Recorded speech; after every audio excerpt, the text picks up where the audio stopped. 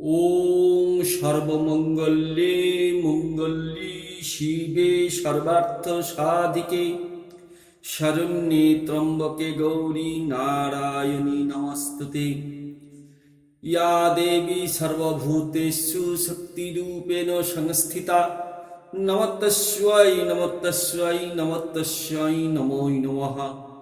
ইয়া দেবী সর্বভূতেষু মাতৃরূপেণ সংস্থিতা নমস্তস্যৈ নমস্তস্যৈ নমস্তস্যৈ নমো নমঃ। সকলকে জানাই শারদীয়ার প্রীতি ও শুভেচ্ছা। শুরু করছি আজকের আলোচনা। আজকের বিষয় দুর্গা দুর্গতি নাশিনী আদ্যা শক্তি মহামায়া। ভাদ্র আশ্বিন এই 2 মাস শরৎকাল। শ্রাবণের ধারায় পুষ্ট হয়ে প্রকৃতি সেজে ওঠে নবসাজে। যেদিকে তাকানো যায় শুধুই সবুজের সমারোহ। নদীর পাড়ে কাশবন কাশফুল দিয়ে সেজে ওঠে নদীর পার, অপরূপ সৌন্দর্য তার। ঘাসের উপর শিশির পড়া শুরু করে, শিউলির সুবাসে প্রকৃতি বরণ করে নেয় ঋতুরানী শরৎকালকে। তাই তো কবির ভাষায় এসেছে শরৎ হিমের পরশ লেগেছে হাওয়ার পরে, সকালবেলা শিশির রেখা ঘাসের আগায় পড়ে। আর এই শরৎকালেই অনুষ্ঠিত হয় আপামর বাঙালির প্রাণের উৎসব শারদ উৎসব। যেহেতু শরৎকালে এই উৎসবটি হয়, তাই এই উৎসবটির নাম শারদ উৎসব। সারা বছরের গ্লানি কষ্ট দুঃখ ভুলে সবাই মেতে ওঠে মাতৃবন্দনায়। পিতা হিমালয় মাতা মেনকা দেবীর আহ্বানে প্রতি বছর শরৎকালে কৈলাস থেকে মাত্র 4 দিনের জন্য মা দুর্গা কন্যারূপে আসেন এই ধরাধামে, যা শারদ উৎসব নামে পরিচিত।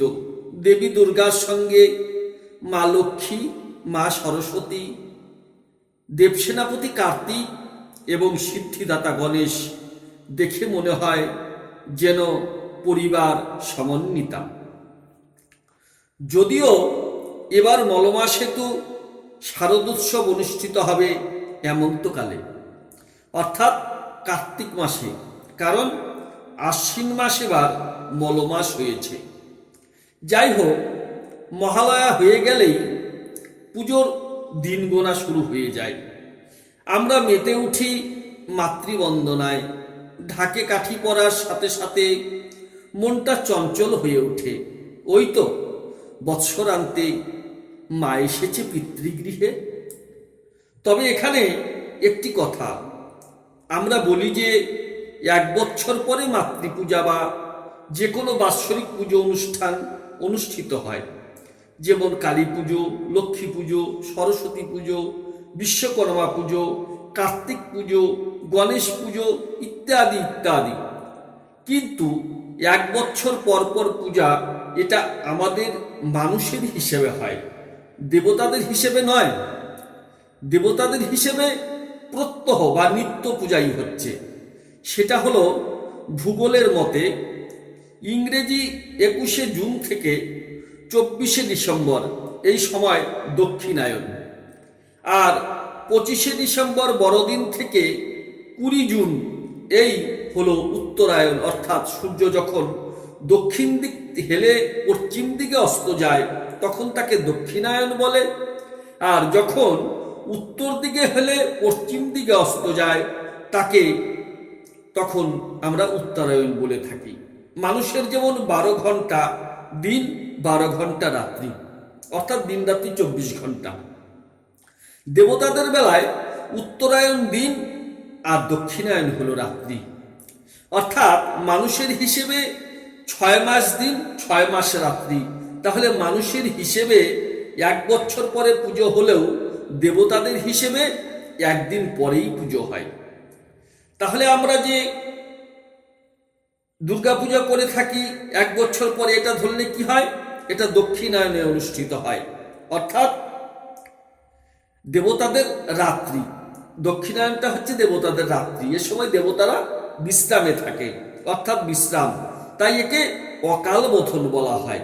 আর কালের পুজো করেছিল লঙ্কার অধিপতি রাবণ, যেটা বাসন্তী পূজা বলে উল্লেখ আছে। মা মহামায়া লঙ্কাপুরীতে ভক্তি ডোরে রাবণের কাছে বাধা ছিলেন, সতত রাবণকে রক্ষা করতেন। শ্রীরাম রাবণের তৃতীয় দিবসের ঘটনা, শ্রীরাম রাবণের তৃতীয় দিবসের যুদ্ধের ঘটনা এখানে উল্লেখ করছি। প্রথমে হনুমান আর রাবণের সঙ্গে যুদ্ধ শুরু হলো। হনুমান রাবণ যুদ্ধ এমন একটা পর্যায়ে চলে গেল যে হনুমান রাবণের বুকে বজ্র সমান একটা কিল মারল। কিল খেয়ে রাবণ অজ্ঞান হয়ে ধোলায় পড়ে গেল। চেতনা পেয়ে রাবণ আবার হনুমানকে এমনভাবে মারে যে হনুমান কিছুক্ষণ অজ্ঞান হয়ে যায়।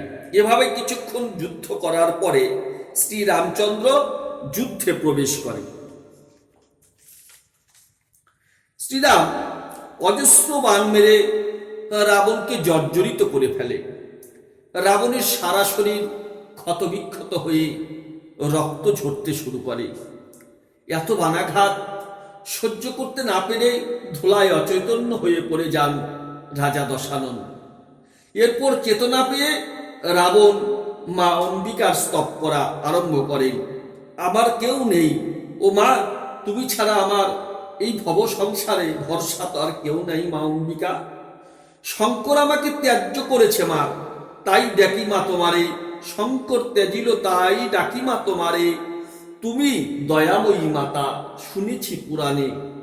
তুমি শক্তি, তুমি তৃপ্তি, ব্যাপ্ত সর্বস্থানে। এইভাবে চোখের জলে কাতরভাবে অম্বিকা স্তব করতে শুরু করলেন রাবণ।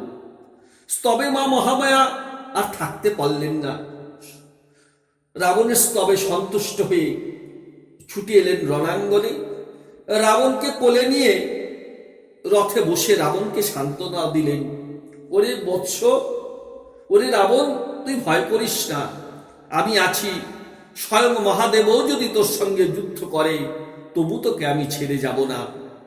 মায়ের পরস্পর্শে রাবণের সকল শোক দুঃখ যাতনা দূর হলো।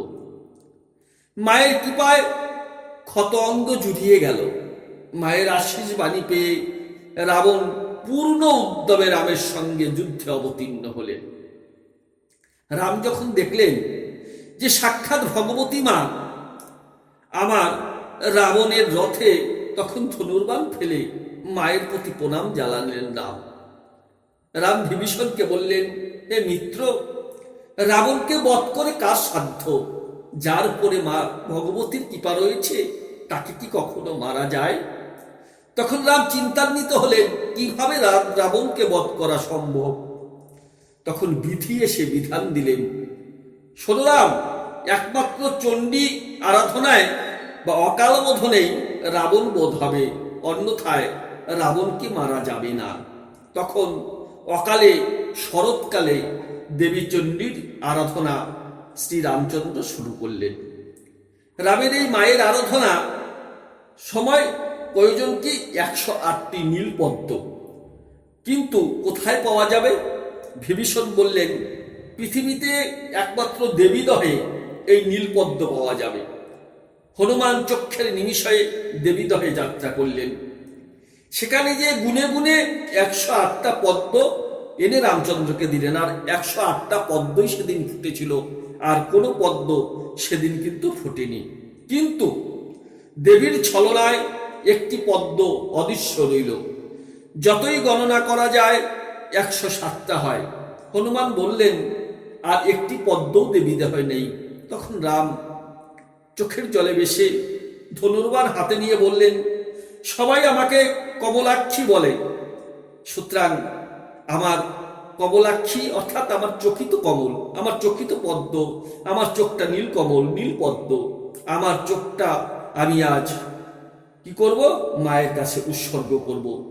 এই বলে যখন ধনুর্বাণ ধরে তীর দিয়ে চোখ উৎপাটন করতে গেল, তখন মহামায়া আবির্ভূত হয়ে বললেন, হে প্রভু রাম, তুমি জগদীশ্বর, তোমায় আমি কথা দিলাম এক্ষুনি আমি রাবণকে ছেড়ে চলে যাব, তুমি রাবণ বধ করো।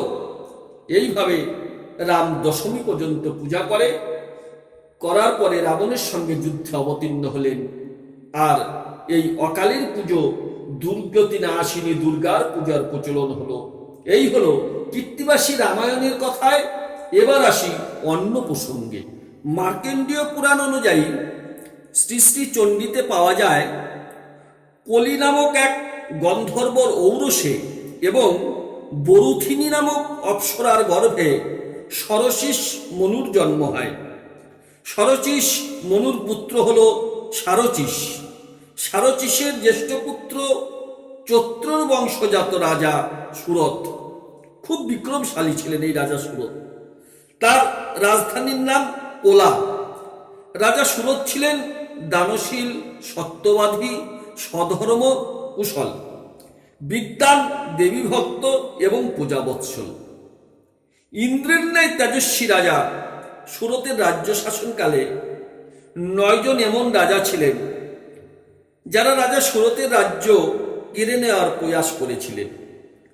তারা রাজা সুরতের ভয়ানক যুদ্ধ হয় তাদের সাথে। রাজা সুরতের শত্রুরা অত্যন্ত প্রবল ছিল, সুতরাং যুদ্ধে রাজা সুরত পরাজিত হলেন।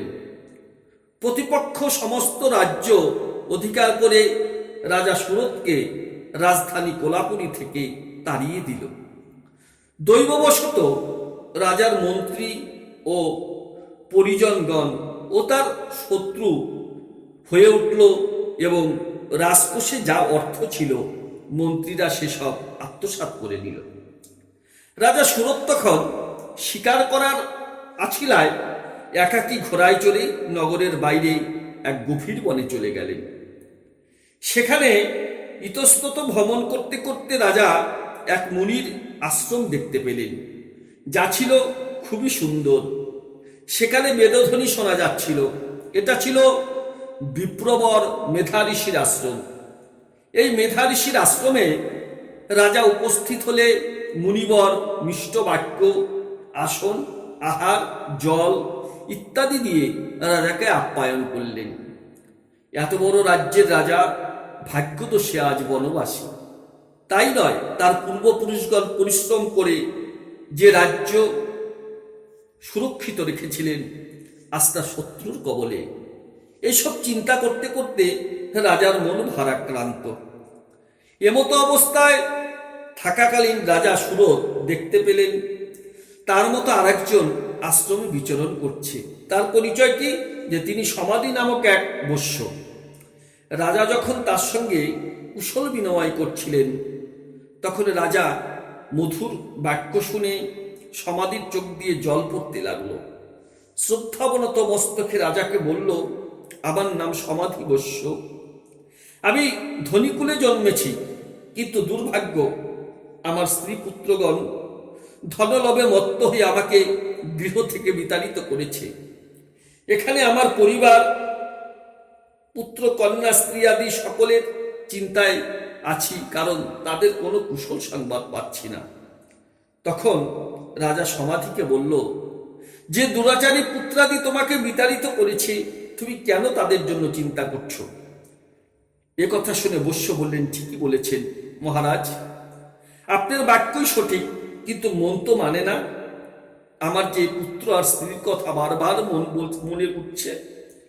এভাবে ব্যাকুল হয়ে রাজা ও বৈশ্য মুনিবারের কাছে গেলেন এবং নিজেদের দুঃখের কথা বর্ণনা করে বললেন। মুনিবরের চরণে পতিত হলেন। সকল কথা শুনে মুনি বললেন, হে রাজন, সনাতন শক্তি স্বরূপা জগদম্বাকেই মহামায়া বলে।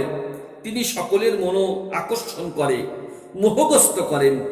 তার মায়াতে মোহগ্রস্ত হওয়াতে ব্রহ্মাদি সকল দেবতাও পরতত্ত্ব জানতে পারেন না। এ বিশ্ব মায়ার দ্বারা আবৃত করেছেন মহামায়া। তাকে তুষ্ট করলেই মায়ার হাত থেকে নিস্তার সম্ভব। রাজা জিজ্ঞেস করলেন, হে মুনিবর, যিনি সকলকে মোহিত করেন সেই দেবী মহামায়া কে এবং কিভাবে তার আবির্ভাব হয়েছে? তখন মেধস ঋষি বললেন, এ এক বিচিত্র কাহিনী। শক্তি, যিনি সম্মোহনের মাধ্যমে জীবকে মোহাচ্ছন্ন করেন। বিষ্ণু যখন যোগনিদ্রায় ছিল তখন তার কর্ণ হতে দুই অসুরের জন্ম হয়। এরা হলেন মধু ও কৈটভ। জন্ম নিয়েই বিষ্ণুর নাভিকমল থেকে উৎপন্ন ব্রহ্মাকে মারার জন্য উদ্যত হলেন। তখন ব্রহ্মা পরমেশ্বরীর স্তব শুরু করলেন। স্তব শুনে সন্তুষ্ট হয়ে জগজ্জননী মহাবিদ্যা ফাল্গুন মাসে শুক্লা দ্বাদশী তিথিতে ত্রৈলোক্য মোহিনী শক্তিরূপে প্রকটিত হয়ে মহাকালী রূপে বিখ্যাত হন। দেবী উমা নির্বিকার এবং নিরাকার হয়ে ও দেবতাদের দুঃখ দূর করার জন্য যুগে যুগে সাকার রূপে প্রকটিত হন। তখন রাজা সুরত ও সমাধিবস্য চৈত্র মাসে নদীর তীরে দেবী দুর্গার মূর্তি তৈরি করে ধূপ, দীপ, হোম, নৈবেদ্য আদি দিয়ে পূজা করেন। 3 বছর ধরে সংযত চিত্তে আরাধনার ফলে মা দুর্গা সন্তুষ্ট হলেন এবং সুরত রাজা ও সমাধিবস্যকে বর প্রার্থনা করতে বললেন। এই কথা শুনে রাজা সুরত জন্মান্তরে শ্রাবণী মনুরূপে জন্মলাভ করে রাজা এবং 2 জন্মে শত্রু নিধন করে নিজ রাজ্য উদ্ধারের প্রার্থনা করেছিলেন। কিন্তু সমাধির মনে দেবীতত্ত্ব বৈরাগ্যের সৃষ্টি করল। তিনি এই সংসার থেকে মুক্তি চাইলেন, যে আমি চাই না কিছু, আমি মুক্তি চাই। মহামায়া দুজনকেই মনোমত বর প্রদান করলেন। এবার আসি দেবী দুর্গার কথায়। দেবী মূর্তি মহিষাসুর মর্দিনী রূপে খ্যাত। যেখানে দেবী মহিষাসুরকে বধ করেছেন, আমরা একেই দুর্গা বলে থাকি। সুতরাং মহিষাসুর মর্দিনী আর দুর্গা মহাশক্তির 2টি রূপকে আমরা একত্রে সম্মিলিতভাবে আরাধনা করি। প্রথমে আসি মহিষাসুরের কথায়। রম্ভ নামে এক দুরন্ত অসুর ছিল, যাকে দৈত্য বংশের চূড়ামণি মানা হতো। তার থেকেই মহাতেজস্বী মহিষ নামে এক দানবের জন্ম হয়। দানবরাজ মহিষ সকল দেবতাদের পরাজিত করে দেবরাজ ইন্দ্রের সিংহাসন দখল করে ত্রিলোক শাসন করতে লাগলেন। পরাজিত দেবতারা তখন ব্রহ্মার শরণ নিলেন। ব্রহ্মা সকল দেবগণকে নিয়ে যেখানে বিষ্ণু ও শিব অবস্থান করছেন সেখানে গেলেন। সেখানে পৌঁছে দেবতারা করজোরে বলতে লাগলেন, হে ভগবান, দুরন্তা মহিষাসুর আমাদের সকল দেবগণকে যুদ্ধে পরাজিত করে স্বর্গলোক থেকে বহিষ্কৃত করেছেন। হে প্রভু, আপনারা আমাদের উদ্ধার করুন। দেবতাদের এই দুরবস্থা শুনে ভগবান শিব ও বিষ্ণু ভীষণ ক্রুদ্ধ হলেন। তখন ক্রোধের জন্য ভগবান শিব ও বিষ্ণুর মুখ থেকে এবং অন্যান্য দেবতার শরীর থেকে তেজ বের হতে লাগলো। তেজের সেই মহাপুঞ্জ অত্যন্ত প্রজ্বলিত হয়ে 10 দিক প্রকাশিত হয়ে উঠল। সকল দেবতার শরীর থেকে নির্গত সেই তেজ একত্রিত হয়ে এক নারী রূপে পরিণত হলো। সেই নারী সাক্ষাৎ মহিষমর্দিনী দেবী ছিলেন। সেই দেবীর প্রকাশমান মুখ ভগবান শিবের তেজে প্রকট ছিল। বাহুগুলি বিষ্ণু তেজ থেকে সৃষ্টি হয়েছিল। মাথার চুল যমরাজের তেজে, আর 2টি স্তন চন্দ্রের তেজে, কটিভাগ ইন্দ্রের তেজে এবং জঙ্ঘা ও উরু বরুণের তেজে উৎপন্ন হয়। পৃথিবীর তেজে নিতম্ব, ব্রহ্মার তেজে চরণদ্বয়, পদাঙ্গুলি সূর্য তেজে এবং হাতের অঙ্গুলি বাসুদেব তেজে সৃষ্টি হয়েছিল। নাসিকা কুবেরের, দাঁত প্রজাপতির, 3 নেত্র অগ্নির, 2 অশ্রু সাধ্যগণের, কর্ণদয় বায়ুর এবং অন্যান্য দেবতাদের তেজে প্রকটিত হয়েছিল। এভাবে সকল দেবতাদের তেজরাশিতে উৎপন্ন হয়ে সেই দেবীকে দেখে সকলে খুব আনন্দিত হলেন। কিন্তু সেই দেবীর হাতে কোনো অস্ত্র ছিল না। তখন মহেশ্বর দেবীকে দিলেন ত্রিশূল, ভগবান বিষ্ণু দিলেন চক্র, বরুণ দিলেন পাশস্ত্র, অগ্নিদেব দিলেন শক্তি, বায়ু দেবতার থেকে পেলেন ধনুক বাণ, ইন্দ্র দিলেন বজ্র এবং ঘণ্টা প্রদান করলেন। যমরাজ কালদণ্ড, প্রজাপতি অক্ষমালা, ব্রহ্মা কমণ্ডলু এবং সূর্যদেব সমস্ত রোমকূপে তার কিরণ অর্পণ করলেন। কাল তাকে ঢাল ও তরোয়াল, শীর্ষমুদ্র গলার হার দিলেন। সেই সঙ্গে তিনি দিব্য চূড়ামণি, দুটি কুণ্ডল, বহু লৌহবলয়, অর্ধচন্দ্র, কেউর, মনোহর নপুর ইত্যাদি দিলেন। বিশ্বকর্মা দিলেন কুঠার, সমুদ্র দিলেন পদ্ম, পাহাড় মানে হিমালয় বাহনের জন্য দিলেন সিংহ, কুবের মধুভর্ত্রী পাত্র দিলেন মাকে। এভাবে সকল দেবগণের কাছে অস্ত্রশস্ত্র অলঙ্কারে ভূষিত হয়ে বারংবার অট্টহাসি করতে লাগলো মা। এতে ত্রিভুবন থরথর করে কাঁপতে লাগলো। কোথান্বিত মহিষাসুর সেই অট্টহাসি লক্ষ্য করে ছুটতে লাগলো এবং দেবীর দর্শন পেল। তখন মহিষাসুরের বড় বড় মহাবীর সেখানে এসে উপস্থিত হলো। এরা বীর ক্রমে দেবীর সঙ্গে যুদ্ধ করতে লাগলো। ভয়ানক যুদ্ধের পর মহিষাসুর দেবীর সঙ্গে মায়াযুদ্ধ করতে লাগলো। তখন সর্বকালময়ী দেবী লাফিয়ে মহিষাসুরের উপরে উঠে নিজের পা দিয়ে তাকে পিষে ভয়ঙ্কর শূল দিয়ে তার বক্ষে আঘাত করলেন। তার পায়ে পিষ্ট হয়ে মহিষাসুর সম্মুখ সমর থেকে অন্যরূপে বার হতে থাকলো। মাত্র অর্ধ শরীর সে বার করতে পেরেছিল, মানে মহিষাসুর মানে একটি মহিষের শরীর থেকে অর্ধেকটা দেহ বার করতে পেরেছিল। তখন দেবী তার প্রভাবে সেটি বন্ধ করে দিলেন বার হওয়া। অর্ধেক বার হয়েও সেই দৈত্য অসুরকে ধরাশায়ী করে দিলেন। সেই সময় দেবতারা পুষ্পবৃষ্টি করতে লাগলো, চতুর্দিকে আনন্দ মুখরিত হলো। এবার আসি দেবী দুর্গার কথায়। দুর্গাপূজার অপরিহার্য অঙ্গ শ্রী শ্রী চণ্ডী পাঠ, অথচ শ্রী শ্রী চণ্ডীতে কোথাও দেবী দুর্গা রূপের উল্লেখ নেই। চণ্ডীতে বরং মহিষামর্দিনী কথাই আছে। তাহলে কোথা থেকে এলো এই দুর্গা নাম? দেবী ভাগবতের সপ্তম স্কন্ধে অষ্টবিংশ অধ্যায়ে বলা হয়েছে যে পুরাকালে হিরণ্যাক্ষ অসুরের বংশে রুরু নামে এক দুর্দান্ত অসুর ছিল। সেই রুরু অসুরের পুত্র রূপে জন্মগ্রহণ করে দুর্গম নামে এক ভয়ঙ্কর অসুর। মহাবলশালী পরাক্রান্ত এই অসুর ছিলেন মহাতপস্বী।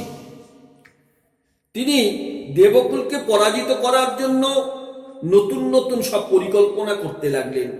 দুর্গম অসুর দেখলেন যে দেবতাদের বল বুদ্ধি ও ঐশ্বর্যের মূল হল যজ্ঞাহুতি, আর এই যজ্ঞ সম্পূর্ণ হয় বেদেরই নিয়মে।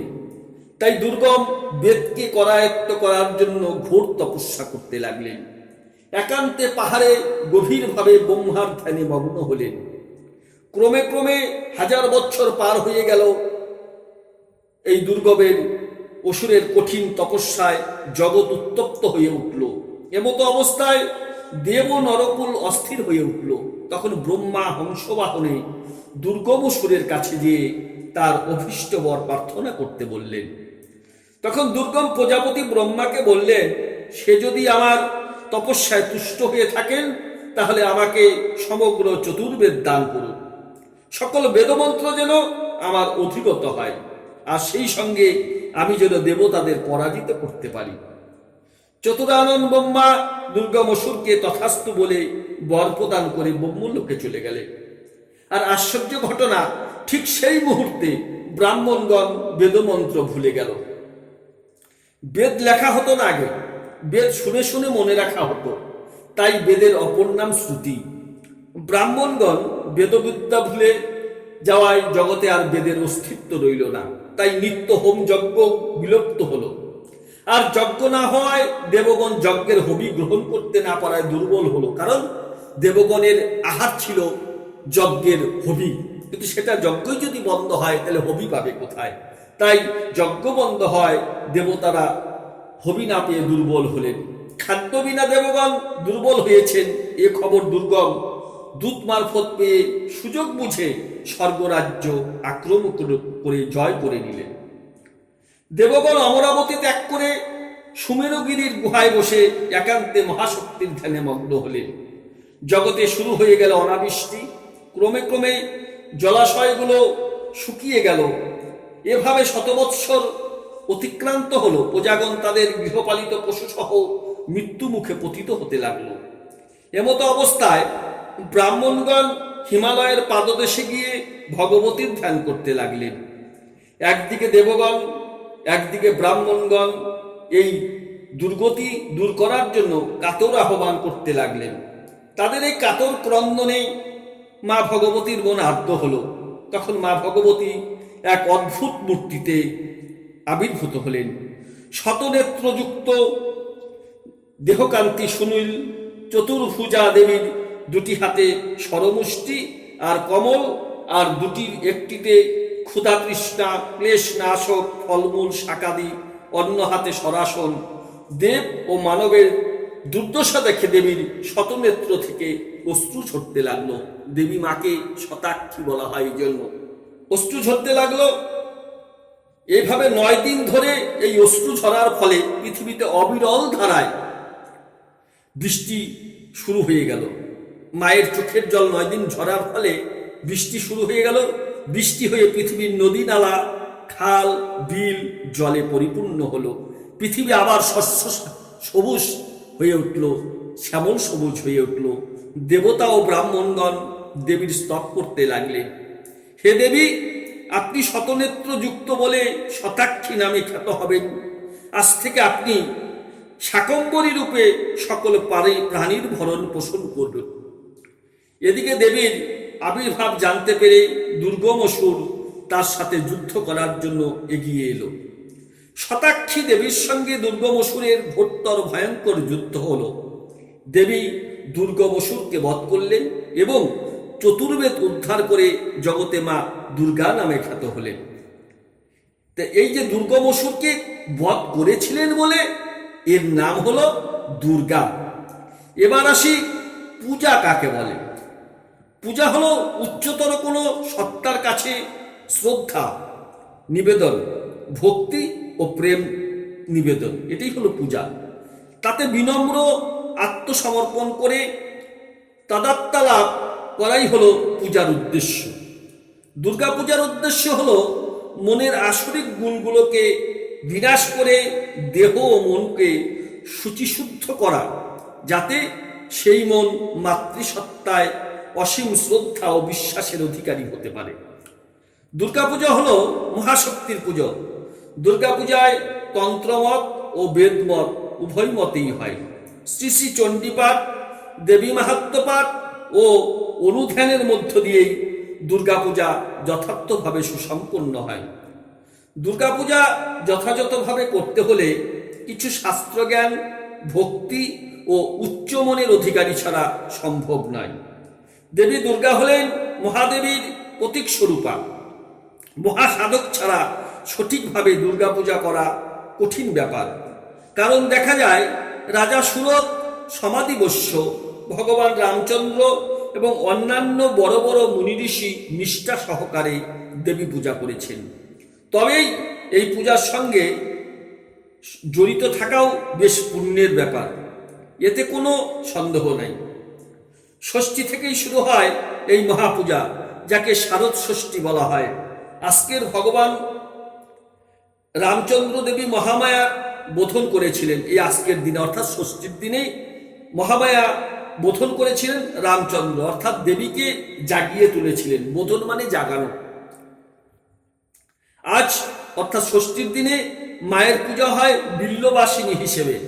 বেলগাছ শিবের প্রতীক, তাই বেলবরণের মাধ্যমে আজ দেবীকে শিবাংশ হিসাবে পূজা করা হয়। এরপর আসে মহাসপ্তমী, দেবীর মহাস্নান পর্ব। দর্শনে দর্পণে অর্থাৎ আয়নায় প্রতিবিম্বিত দেবীর মহাস্নানের মহাপূজা যেন বিরাটের এক অভিসার। অবশ্য তার আগে হয় কলাবৌ স্থান, সেটা আমি পরে আসছি। কারণ এই যে মহাস্থান, এই মহাস্থানে দেবীকে পঞ্চশস্য, পঞ্চরত্ন, পঞ্চকষায় পঞ্চগব্য এছাড়াও শিশির, বৃষ্টির জল, ডাবের জল থেকে শুরু করে 7টি নদীর জল, সপ্ত সাগরের জল, গঙ্গা মাটি, পতিতালয়ের মাটি প্রভৃতি নানা উপচারে দেবীকে স্নান করানো হয়। এখানে সপ্তমীর দিনে আমরা দেখতে পাই কলাবউ স্নান। আগে কলাবউ স্নান হয়, তারপরে দেবীর মহাস্নান হয়। তাহলে কলাবউ স্নান আমরা যাকে গণেশের স্ত্রী বলে মনে করি, আসলে কলাবউ গণেশের স্ত্রী নয়। গণেশের স্ত্রীর নাম ঋদ্ধি ও সিদ্ধি। যদিও এই কলাবউ গণেশের পাশে স্থান পেয়ে থাকে, কিন্তু আসলে সেটা নয়। আসলে এটা এক প্রকার প্রকৃতি বা বসুন্ধরার পুজো। বিশদে বললে পরে যা দাঁড়ায় তা হলো এই কলাবউ স্থান, এটিকে নবপত্রিকা বলা হয়। নবপত্রিকার আক্ষরিক অর্থ 9টি পাতা, কিন্তু এখানে 9টি উদ্ভিদ বা গাছ দিয়ে নবপত্রিকা তৈরি করা হয়। এই 9টি উদ্ভিদ মা দুর্গার 9টি শক্তির প্রতীক। এই 9টি উদ্ভিদ হলো কলা গাছ, কচু, হলুদ, জয়ন্তী, বেল, ডালিম, অশোক, মান ও ধান গাছ। এগুলো সবগুলো একটি পাতাযুক্ত কলা গাছের সঙ্গে সাদা অপরাজিতা অর্থাৎ সাদা নীলকণ্ঠ লতা দিয়ে একত্রে বেঁধে লাল পাড় সাদা শাড়ি পরিয়ে ঘোমটা দিয়ে বধূ বেশে সাজানো হয়। নদীতে বা জলাশয়ে স্নান করিয়ে তাতে সিঁদুর দিয়ে দুর্গা ও গণেশের বাম পাশে এটাকে রাখা হয়। ইহা হলো কলাবউ। এবার 9টি গাছকে কোন গাছে কোন দেবতা দেবী অধিষ্ঠিত তা বর্ণনা করছি। কলা গাছে দেবী ব্রাহ্মণী, কচু গাছে দেবী কালিকা, হলুদ গাছে দেবী উমা, জয়ন্তী গাছে কার্তিকী, বেল গাছে শিবা, ডালিম গাছে রক্তদন্তিকা, অশোক গাছে শোকরহিতা, মান গাছে দেবী চামুণ্ডা এবং ধান গাছে অধিষ্ঠাত্রী দেবী লক্ষ্মী। সপ্তমীর দিন প্রভাতে পুরোহিত নিজে নবপত্রিকা নিয়ে নদী বা পুকুরে স্নান করান। এরপর পূজা মণ্ডপে নিয়ে এসে দুর্গার ডান দিকে স্থাপন করা হয়। এই নবপত্রিকা প্রবেশের মাধ্যমেই শুরু হয় দুর্গা পূজার মূল অনুষ্ঠান। শুরু সপ্তমী বিহিত পূজা, এরপর আসে মহাষ্টমী বিহিত পূজা। এই দিনে অনেক জায়গায় কুমারী পূজাও হয়ে থাকে। জীবন্ত কুমারীকে আরাধনা মূলত বিরাটেরই আরাধনা, কারণ এইরূপ আরাধনায় আসরিক শক্তি ক্ষয়প্রাপ্ত হয়ে অন্তর্ক্রমে নির্মল হয়। কুমারী পূজা যে বিরাটের পূজা তার আরও একটা কারণ আছে, সেটি হলো এই কুমারী পূজায় কোনো জাতি বিচার করা হয় না। শাস্ত্রে আছে কুমারী পূজায় যিনি জাতি বিচার করেন তিনি নরকে যায়। যদি বেশ্যার কন্যা কুমারী রূপে পাওয়া যায় তাহলে সেই বেশ্যা কন্যা কুমারী পূজায় বিশেষ ফল পাওয়া যায়। এরূপ কুমারী পূজা করলে সম্পূর্ণ সিদ্ধি লাভ হয়। কুমারী পূজা শেষে শুরু হয় সন্ধি পূজা, যেটা দুর্গাপূজার একটি অন্যতম আকর্ষণ। এই দুর্গাপূজা আচারের প্রধান ও অন্যতম আকর্ষণ এই সন্ধি পূজা। কিন্তু কি এর বিশেষত্ব? অষ্টমী তিথির শেষ 24 মিনিট এবং নবমী তিথির প্রথম 24 মিনিটের যে সন্ধিক্ষণ, তাই হলো সন্ধি পূজার সময়। এই 48 মিনিটের এই সন্ধিক্ষণটিতেই কেবলমাত্র চণ্ডীরূপে দেবী পূজিত হয়। কিন্তু কেন? মহিষাসুরের সঙ্গে যুদ্ধের সময় দেবীর পিছন থেকে আক্রমণ করেছিল চণ্ড ও মুণ্ড নামে 2 অসুর। তাদের সঙ্গে যুদ্ধে দেবী মহামায়া অদ্ভুত অসুরদলিনী রূপ ধারণ করেন। মাথার উপর চুল উঁচু করে খোপা করে বাঁধা, কপালে প্রজ্বলিত অর্ধচন্দ্রাকৃতি ও তিলক, গলায় বিশালাকার মালা, সোনার কানের দুল ও হলুদ রঙের শাড়িতে দেবীর সারা শরীর থেকে তখন স্বর্ণ ছটা যেন চতুর্দিকে ছড়িয়ে পড়ছে। রক্তচক্ষু ও লাল জিহ্বা সম্বলিত অপরাপা মুখমণ্ডল, তখন ক্রোধে নীলাভ। সেই সময় দেবী তার 3য় নয়ন থেকে অগ্নিবর্ষণ করেই চলছেন। খড়গ ঢাল নিয়ে চণ্ডমুণ্ড দমনে মেতেছিলেন দেবী। সময়টা ছিল অষ্টমী ও নবমীর এই সন্ধিক্ষণ। এরপর মহানবমী পূজা শুরু হয়। এই অষ্টমী নবমীর সন্ধিক্ষণে চণ্ডমুণ্ড বধ করেছিলেন, তাই এই পুজোটার নাম সন্ধি পুজো। এরপরেই নবমী বিহিত পূজা। এই নবমী আসা মানেই চতুর্দিকে বিষাদের সুর, কারণ রাত পোহালেই উমা চলে যাবে স্বামীর ঘরে, বাপের ঘর অন্ধকার হয়ে যাবে। এদিন নবরাত্রি উৎসব হয়ে থাকে, দেবীর 9টি রূপে পূজা হয়ে থাকে। চলে বলিদান পর্ব। বলিদান পর্বের প্রতীকী অনুষ্ঠান মূলত আসরিক প্রকৃতির আহুতি প্রদান। তবে বলিদানের নামে নিরীহ পশু হত্যা করে আনন্দ না করে বরং পশুর বদলে প্রতীকী বলির নির্দেশ আছে। তা হলো চাল কুমড়ো, লাউ, শশা, আখ ইত্যাদি বলি দেওয়া যেতে পারে। অনেকে দুর্গাপূজায় মহিষ বলি দেয়, ছাগ বলি দেয়, কিন্তু কোনো মা হলো জগৎ জননী, ওই ছাগ আর মহিষও মায়েরই সন্তান। তাহলে মা কি করে তার সন্তানের রক্ত পান করবে? আর ছাগ বলি দেওয়া, এই যে পাঠা বলি নয়, ছাগ। ছাগ শব্দের সংস্কৃত শব্দ এটির অর্থ হচ্ছে 6টা রিপু: কাম, ক্রোধ, লোভ, লালসা, মদ, মাৎসর্য।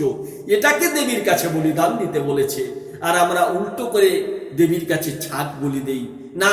কখনো রক্ত দিয়ে ধর্ম হয় না, রক্তের বিনিময়ে ধর্ম হয় না।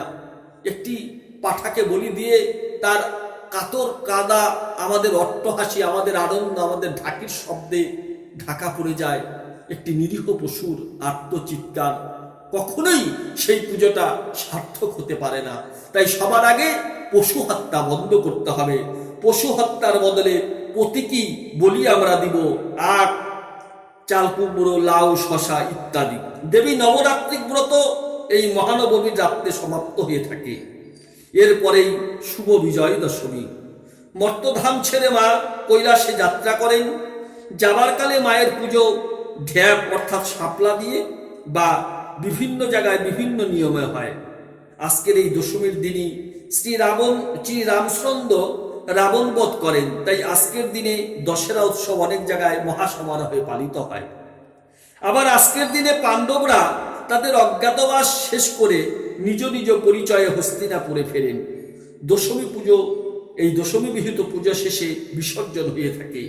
কুলাচার অনুসারে বিসর্জনান্তে অপরাজিতা পূজা হয়ে থাকে। অনেকে এই সময় নীলকণ্ঠ পাখি আকাশে ছেড়ে দেন। তাদের বিশ্বাস এই নীলকণ্ঠ পাখি মা দুর্গাকে পথ দেখিয়ে কৈলাসে নিয়ে যাবে। এবং আপামর বাঙালি মেতে উঠে বিজয় দশমী মিষ্টিমুখ একে অপরকে আলিঙ্গন করে শুভেচ্ছা বিনিময় করে। আবার একটা বছরের প্রতীক্ষা, মা চলে গেল, আবার 1 বছর পরে আসবে বাঙালির প্রধান উৎসব। তাই বাঙালি আজকে মেতে উঠে। আজকে কোনো দীন দুঃখী নেই, কোনো ধনী নেই, কোনো পরিচয় নেই, কোনো অপরিচিত নেই। সবাই প্রেমালিঙ্গনে মেতে ওঠে, একে অপরকে শুভেচ্ছা বিনিময় করে, একে অপরকে মিষ্টিমুখ করিয়ে বিজয় দশমী এই অনুষ্ঠান চলে। জাতি ধর্ম নির্বিশেষে আমরা সকলেই মায়ের সন্তান। বিশ্ব মানবকে এক করে নেয়ার সুন্দর প্রচেষ্টা বিশ্ব ব্রহ্মাণ্ডের মূল ওই মহাশক্তিকে মাতৃরূপে কল্পনা করলে কামনা ও বাসনা বিনাশ করে, হৃদয়ে পবিত্র প্রেমের উদয় হয়।